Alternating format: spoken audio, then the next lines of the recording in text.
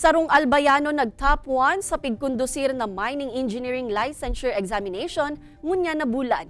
Sa iyang istorya, aramon sa report.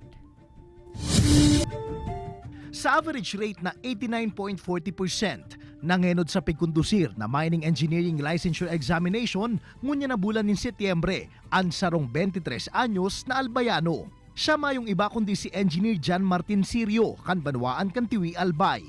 Sigun ki Sirio, dahil niya subut hunaon na siya ang mangingenod sa nasambitan ng eksaminasyon.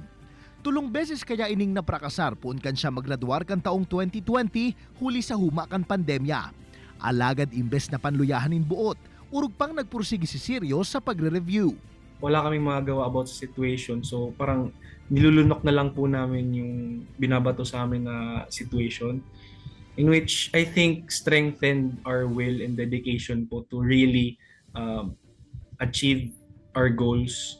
Pressure is on nga ni Daa. Ninhuli ta apwera sa consistent honor student siya pun kan elementarya sa Good High School, naggraduar man siya como magna cum laude sa nasambitan ng kurso sa UP Diliman. Yung mining engineering po, lahat po siya ng field covered niya. Specific lang po kami sa minahan, pero lahat, mechanical, electrical, blasting, mga ganun po. So parang engineering in one po siya. Urog pa niyang pinagmarhay ang dalagan kan sa iyang karera. Huli tahali man siya sa pamilya kan mga enhinyero. An ama niya kaya sa rumang mechanical engineer, mantang software engineer man ang matuan niyang tugang.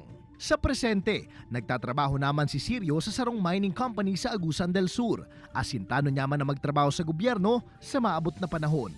Huwag kang panghinaan ng loob.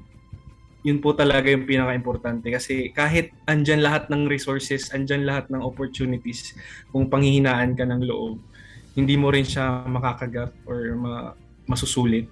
Ini si Jessie Cruzat, Balitang Bicolandia.